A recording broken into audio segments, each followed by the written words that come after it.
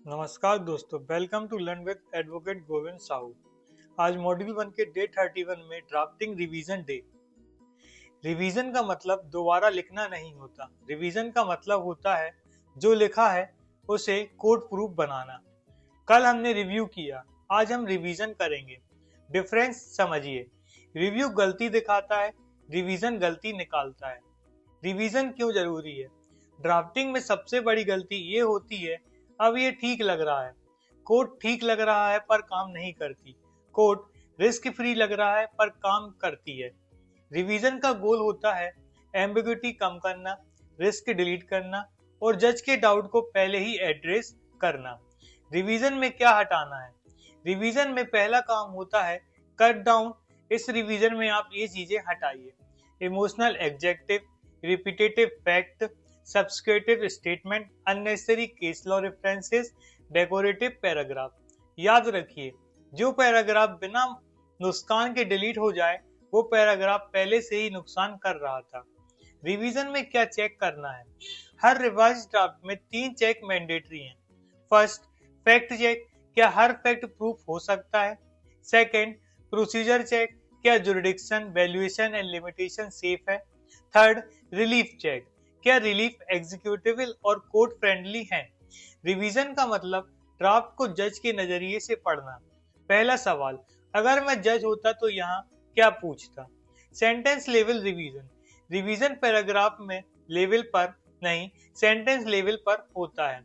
हर sentence के लिए ये टेस्ट लगाइए: क्या सेंटेंस एक ही आइडिया बोल रहा है? क्या सेंटेंस बिना एंड बट के चल सकता है?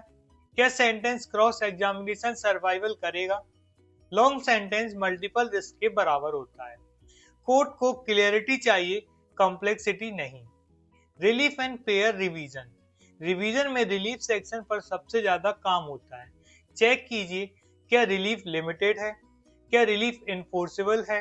क्या रिलीफ फैक्ट से डायरेक्टली लिंक है? ओवरबोर्ड रिलीफ जज को डिफेंसिव बना देती है।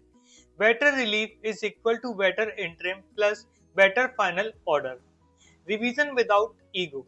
रिवीजन ईगो के साथ नहीं होता। रिवीजन एडवोकेट्स अपनी ही लाइन काट देते हैं, रिवीजन ही पैराग्राफ डिलीट कर देते हैं, अपना ही ड्राफ्टिंग पर डाउट करते हैं।